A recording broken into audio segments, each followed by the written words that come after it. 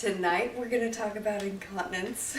My husband is making me laugh, but Robert is incontinent, and he hasn't always been incontinent, although when he was in high school he did have seizures, tonic-clonic, they were called grand mal at that time, seizures, and he would lose control of his bladder during a seizure.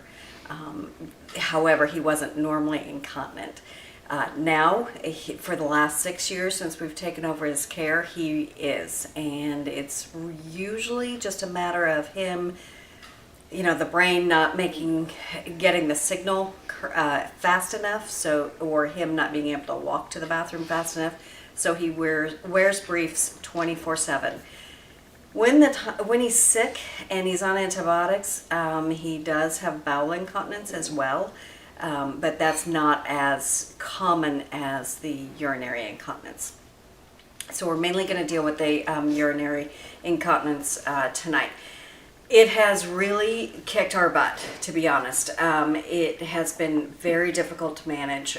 There's a lot of output, yet he still is dehydrated. We try to push the liquids as much as we can, but he has a lot of output.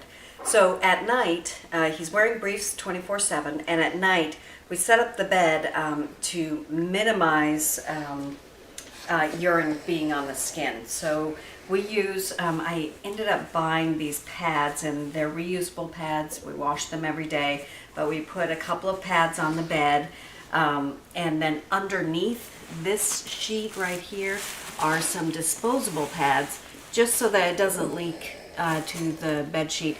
And this sheet right here is actually a mattress protector. So we have several layers to protect the mattress and to protect Robert's skin.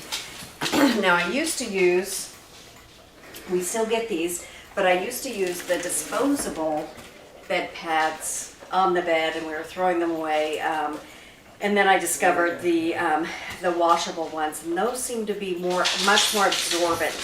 So those are very helpful, and so I would highly recommend those. I would have gotten them years ago if I'd realized how helpful they are. So if you're just using the throwaway ones, try out the disposable ones. They're very helpful. I do put them on the chairs as well, and on his wheelchair. So if he does have an accident in the chairs, then it doesn't get on the cushions. We've also put the smaller ones. I don't have one handy, but we put smaller pads. Very similar. I mean, it's the exact same thing, but just a smaller size. And those go on the car passenger side seats. So that's helpful. So because you never know when there's going to be an accident. So these are the supplies over here that we get monthly, and these are paid for. Hello, Taz. These are paid for through Medicare and Medicaid. We're in California, so it's Medi-Cal, and he gets a supply of briefs. We used to use the pull-up briefs. Those were not very helpful. They would leak. So now we've gone to strictly the tabbed briefs, which are a little difficult to put on, but after a while you can get used to it. But the tabbed briefs just fold out like this. Tabs go in the back, which I never knew. These are things that you have to learn, and I think there's actually instructions on here on the bags, which is awesome for someone that is new to caregiving. So you just put those on. These are, like I said, paid for through Medicare and Medicaid. We still purchase, I would say, about $150 worth of incontinence supplies on top of all of this. And the reason why that is these aren't very absorbent, and so we do go to another manufacturer and just private pay for more absorbent briefs. So that's what we've got here, and then we also get gloves.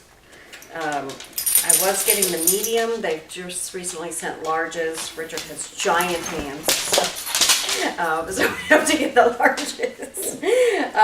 The mediums, they're okay. We've bought some from a medical supply store, and they're a little bit thicker. I like those better, of course, those, you know, are more expensive.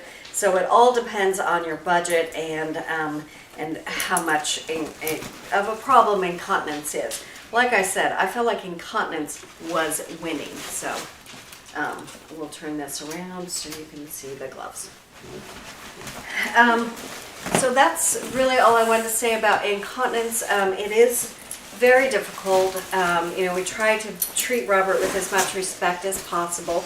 Taz loves the bed pants, but we do try to treat Robert, of course, with as much respect as possible. This is not a choice of his, so you know, it's never a good idea to get mad at the person if they have an accident or if there's leakage or whatever. And you know, we're working with the day program so that they take Robert to the restroom frequently so that there aren't accidents. Unfortunately, there are. He's on the bus for quite a long time at the end of the day, so many times he will come home and he will be wet. And I actually blame these because they're not very absorbent. So so we do need to continue to use those other briefs that we get that are much more absorbent and helpful. So I think that's it for incontinence. Thank you for watching. If you have any questions, please email me and I'll be happy to direct you to a company that sells incontinent products. Thank you. Bye-bye.